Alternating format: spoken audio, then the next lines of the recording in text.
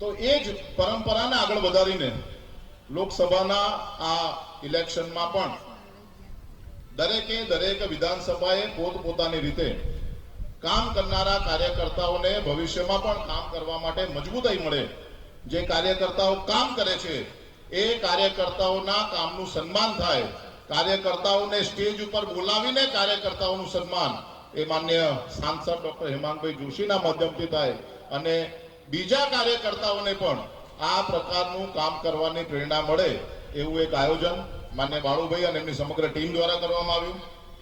અલગ અલગ વોર્ડમાં 2019માં મળેલી લીડ અને એ જ વોર્ડમાં 2024માં મળેલી લીડ, આ લીડને કમ્પેર કરીને આજે અલગ અલગ વોર્ડમાં જે પ્રથમ ક્રમાંકે છે, જે દ્વિતીય ક્રમાંકે છે, જે તૃતીય ક્રમાંકે છે, એ લોકોને આપણે અહીંયા આગળ વિજેતા ઘોષિત કરી એમને અહીંયા સન્માન આપવાનું કાર્યક્રમનું પણ આયોજન કર્યું છે. ત્યારે એક વસ્તુ બહુ સ્પષ્ટતાથી આપણે કહેવી જોઈએ કે 2019ની વાત કરીએ, 2020ની કોર્પોરેશનના ઇલેક્શનની વાત કરીએ, 2022 વિધાનસભાના ઇલેક્શનની વાત કરીએ કે 2024ની આ વખતની લોકસભાના ઇલેક્શનની વાત કરીએ, દરેક વખતે અમુક જ પ્રકારના બૂથમાંથી ભારતીય જનતા પાર્ટીને મત મળે છે. હું રાવપુરા વિધાનસભાની વાત કરું અને દરેક વખતે અમુક પ્રકારના બૂથમાંથી ભારતીય જનતા પાર્ટીને મત મળતા નથી અથવા તો બહુ ઓછા મત મળે છે. 700 લોકોનું વોટિંગ હોય, 800 લોકોનું વોટિંગ હોય, 1000 લોકોનું વોટિંગ હોય અને એમાં પણ સિંગલ ડિજિટમાં, ડબલ ડિજિટમાં જ્યારે ભારતીય જનતા પાર્ટીને મત મળે છે ત્યારે પાર્ટીના મુખ્ય આગેવાનો જે મંચ પર બેઠા છે અને સામે બેઠેલા ચૂંટાયેલા પ્રતિનિધિઓ એમણે પણ એવું વિચારવું જોઈએ કે કયા વિસ્તારમાં કામ કરવાની અગ્રિમતા તમારે આપવી જોઈએ. એવા વિસ્તારમાં કામ કરીને આપણા ફોડવારી, આપણા બજેટના પૈસા ન વપરાય કે જે વિસ્તારમાંથી છેલ્લા 5 વર્ષથી, 10 વર્ષથી, 15 વર્ષથી પણ મત મળતા નથી અને જે લોકો ખોબલે ખોબલે મત આપે છે એવા વિસ્તારને આપણે બાજુ પર રાખીએ, એ લોકોને સુવિધા માટેના કામો ન થાય ત્યારે મને લાગે છે કે આપણે પણ હવે વિચાર કરવાનો સમય આવી ગયો છે. આ વખતની આપણે વાત કરીએ તો ભલે ઇલેક્શનમાં વોટિંગ ઓછું થયું, પરંતુ સમગ્ર ગુજરાતમાં બધા જ મહાનગરોમાં સૌથી વધારે વોટિંગ જો થયું હોય તો વડોદરા મહાનગરના કાર્યકર્તાઓના માધ્યમથી થયું છે. ત્યારે આ સૌ કાર્યકર્તાઓને ફરી એક વખત અભિનંદન આપું છું. ભલે 61% વોટિંગ થયું, ભલે વોટિંગમાં રાવપુરા વિધાનસભા સૌથી ઓછામાં ઓછું વોટિંગ થયું, તેમ છતાં પણ મતની દ્રષ્ટિએ ગઈ વખતે મળેલા મત કરતા પણ આ વખતે મળેલા મતની સંખ્યા જ્યારે વધારે છે ત્યારે રાવપુરાની સમગ્ર ટીમને ફરી એક વખત અભિનંદન આપું છું. અને મિત્રો, એટલું તો આપણે ચોક્કસ માનવું પડે કે આ પાર્ટી છે ને તે પાર્ટી વિથ ડિફરન્સ છે.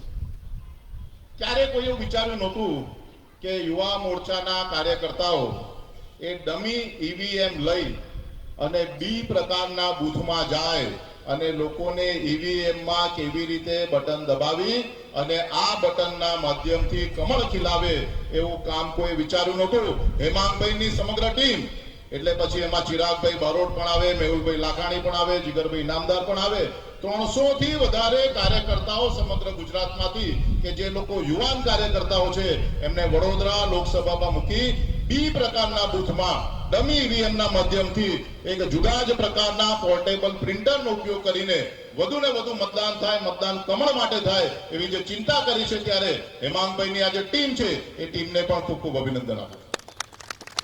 ટેકનોલોજીનો સારામાં સારો ઉપયોગ એ કદાચ ગુજરાતના યશસ્વી પ્રદેશના અધ્યક્ષ માન્ય પાટીલ સાહેબે કર્યો અને આ જ ટેકનોલોજીના ઉપયોગના માધ્યમથી એમણે આ વખતના ઇલેક્શનમાં બી પ્રકારના બૂથોને એ પ્રકારના બૂથમાં ફેરવવા માટેનો પ્રયત્ન કર્યો. અને યુવા મોરચાના માન્ય પ્રમુખ પાર્થભાઈ પુરોહિત અહીંયા ઉપસ્થિત છે. યુવાનો છે એટલે એમની વિશેષ જવાબદારી છે, કારણ કે 35 વર્ષથી નીચે ઉંમરના યુવાનોમાં એક યુવાન એ લોકસભામાં સાંસદ બનવા જઈ રહ્યા હતા તે વખતે, અત્યારે તો સાંસદ છે. તો યુવાનોએ વિશેષ જવાબદારીના ભાગરૂપે મોટી સંખ્યામાં યુવાનોને આ કામગીરીમાં લગાવ્યા. બંને રેલી અને આ બંને રેલીમાં મોટી સંખ્યામાં યુવાનો જોડાયા. દરેક વોર્ડમાં, દરેક બૂથમાં યુવાનો સંપર્કના માધ્યમથી મોટી સંખ્યામાં મતદાન કરે, કારણ કે ફર્સ્ટ ટાઈમ વોટર એ આપણું લક્ષ્ય. આપને કદાચ ધ્યાનમાં પણ હશે કે માન્ય પાટીલ સાહેબ જ્યારે વડોદરામાં આવ્યા તે વખતે ફર્સ્ટ ટાઈમ વોટરને દરેકે દરેક બૂથ ઉપર મળવા જવાનું, ફર્સ્ટ ટાઈમ વોટરને માન્ય મોદી સાહેબનો અને માન્ય અધ્યક્ષ પાટીલ સાહેબનો પત્ર આપવાનો, પત્રની ઉપર એક QR કોડ મૂકેલો હોય, એ QR કોડમાં વડોદરા શહેરમાં કયા કયા કોફી શોપમાં એમને કોમ્પ્લિમેન્ટરી કોફી મળે તે પ્રકારનું પણ આયોજન જ્યારે યુવા મોરચાના માધ્યમથી થયું છે ત્યારે યુવાનોની સમગ્ર ટીમને પણ ખૂબ ખૂબ અભિનંદન આપું છું. અને આ વખતે પહેલી વાર એવું જોવા મળ્યું કે રાજકીય પક્ષમાં આપણે હોવા છતાં પણ મોટી સંખ્યામાં મહિલા કાર્યકર્તાઓએ આ ઇલેક્શનના સમયગાળામાં કામ કર્યું છે. ત્યારે ચૂંટાયેલા અમારા મહિલા પ્રતિનિધિઓ અને મહિલાની સમગ્ર સંગઠનની ટીમને પણ સીમાબેનના નેતૃત્વમાં જેમણે કામ કર્યું છે એ સૌને પણ ખૂબ અભિનંદન આપું છું. સામાન્ય રીતે આ પ્રકારની કામગીરીમાં મહિલાઓ ઓછી જોડાતી હોય છે, પરંતુ ઘર ઘર સંપર્કનો કાર્યક્રમ હોય કે પાર્ટી દ્વારા આપેલા દરેકે દરેક કાર્યક્રમમાં મહિલા મોરચાએ વિશેષ રીતે કામ કર્યું અને એનું પરિણામ આપણે જોઈ શક્યા છે કે આ પ્રકારનું વાતાવરણ હોવા છતાં પણ 5,84,000 મતોથી ગુજરાતમાં ત્રીજા ક્રમાંકે જ્યારે ડોક્ટર હેમાંગભાઈ જોશી જીત્યા છે ત્યારે મહિલાઓની આ ટીમને પણ ખૂબ ખૂબ વંદન કરું છું. પહેલી વાર પાર્ટીએ પ્રયોગ કર્યો.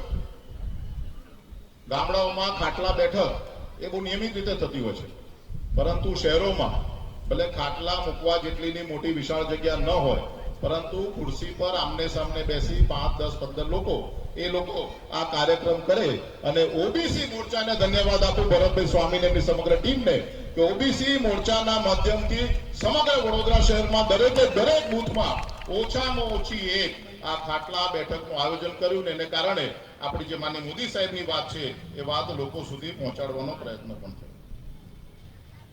તો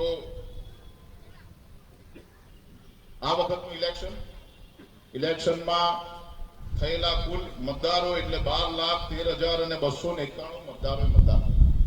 અને માન્ય ડોક્ટર હેમાંગભાઈ જોશીને ભારતીય જનતા પાર્ટીના કમાન્ડને 8,73,189 મત મળ્યા.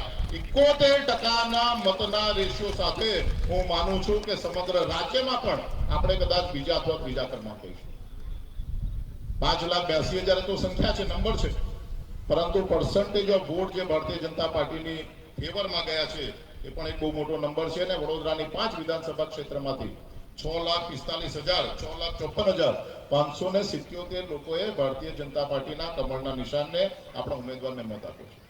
6,54,000 વડોદરાના મતદારોએ, એટલે એમાં માત્ર 5 વિધાનસભા, શહેર વિધાનસભા, સયાજીગંજ વિધાનસભા, અકોટા, રાવપુરા અને માંજલપુર, આ 5 વિધાનસભા ક્ષેત્રમાંથી જો 6,54,000 લોકોએ જ્યારે આપણને મત આપ્યા હોય ત્યારે ચૂંટાયેલા ઉમેદવારની જવાબદારી પણ ઘણી બધી વધી જાય છે. તમને જેટલા વધારે મત મળે છે એટલું તમારા ખભા ઉપર વધારે લોડ સહન કરવાની શક્તિ પણ તમારે વધારવાની જરૂરિયાત પડે છે. કારણ કે બધાની અપેક્ષા હોય છે અને એમની અપેક્ષા એવી છે કે ભાઈ અમારા ઉમેદવાર જીતી ગયા પછી સૌથી પહેલા તો કાર્યકર્તાઓની વાત સાંભળે. કાર્યકર્તાઓ જે કામ લઈને આવે છે ને એ પોતાનું કોઈનું કામ લઈને નથી આવતા. કાર્યકર્તા જ્યારે કામ લઈને આવે છે ત્યારે જેમણે મત આપવા માટે આગ્રહપૂર્વક લઈ ગયા છે, જે લોકોને એમણે કમળની વ્યાખ્યા સમજાય છે, જેમને ભારતીય જનતા પાર્ટીના સિદ્ધાંતો સમજાયા છે, આવા લોકોના કામ લઈને નેતા પાસે, ચૂંટાયેલા પ્રતિનિધિ પાસે આવતા હોય છે. અને ત્યારે એમની અપેક્ષા પણ હોય છે કે અમારી સાથે જેમણે કામ કર્યું છે, જેમના માટે અમે કામ કર્યું છે, એ પ્રતિનિધિ અમારી વાત સાંભળે. બધા કામો થાય કે જરૂર નથી હોતું. બેઠા હતા પરમ દિવસ જ અમારી સાથે શહેર કાર્યાલય પર અને મોટનાથ મહાદેવ રેસિડેન્સીમાંથી લોકો આવ્યા. એમનો પ્રશ્ન છે, બધા વડોદરાના લોકો અહીંયા બેઠેલા જાણે છે. એ બેઠા હતા અને બીજું એક ટોળું આવ્યું. હમણાં જે નવી નીતિ બનાવી છે બાળકોની સ્કૂલ વાનના સંદર્ભમાં, એવા 25-50 લોકો મળવા માટે આવ્યા. બેઠા હતા અને પાછું એક ત્રીજું ટોળું આવ્યું કાર્યાલય પર. એમની હાજરી જ હતી. તરસાલી વિસ્તારમાં રાતના સમયે કોર્પોરેશનની ટીમ જઈને ત્યાં જેસીબીથી જે મકાનો જર્જરિત છે મકાનો તોડવાની કામગીરી માટે આવેલા એ લોકો રજૂઆત માટે આવેલા. સરકાર છે પોતાના નીતિ નિયમ પ્રમાણે કામ કરે, પરંતુ ચૂંટાયેલા પ્રતિનિધિને આ બધા લોકોની જ્યારે રજૂઆત આવે ત્યારે સાંભળવી જ પડે. રજૂઆત સાંભળવી પડે એટલું જ નહીં, આ રજૂઆતમાં જે યોગ્ય થાય એ પ્રકારનો નિર્ણય લોકોની સાથે લઈને લેવો જ પડે. આજે આપણે એવું કહીએ કે ભાઈ મકાન જર્જરિત છે, 3 મહિના પહેલા 6 મહિના પહેલા તમને નોટિસ આપી છે ને હવે આજે તમે મકાન ખાલી નહીં કરો તો તોડી નાખે. કહેવાનું બહુ સહેલું છે. 400 કુટુંબો ત્યારે છે. રોડ ઉપર એમને લઈ આવ્યા પછી એ કુટુંબો ક્યાં જાય? આપણે કાર્યકર્તા તરીકે, નેતા તરીકે, ચૂંટાયેલા પ્રતિનિધિ તરીકે એમની જગ્યા પર આપણી જાતને જોઈને પછી નિર્ણય કરવાની જરૂરિયાત છે. અને એટલા જ માટે વડોદરામાં આવી સંવેદનશીલ પ્રતિનિધિઓ છે, સંવેદનશીલ વડોદરા શહેરનું નેતૃત્વ છે, ત્યારે કાર્યકર્તાઓના બળ ઉપર વડોદરાના લોકોએ આટલી મોટી જંગી બહુમતી આપી છે. ત્યારે આ કાર્યકર્તાઓને ફરી એક વખત ખૂબ ખૂબ વંદન કરું છું. હેમાંગભાઈ જોશીને પણ ખૂબ ખૂબ અભિનંદન. આપ સૌનો ખૂબ આભાર. એવી કોઈ માહિતી મારી પાસે નથી અને અમારા પક્ષના પ્રમુખ અથવા તો પક્ષના કાર્યકર્તાઓ કોઈ દિવસ આ રીતની વાત નથી કરતા. હું છું ત્યાં સુધી આવી કોઈ કાર્યકર્તા આવી વાત ન કરે.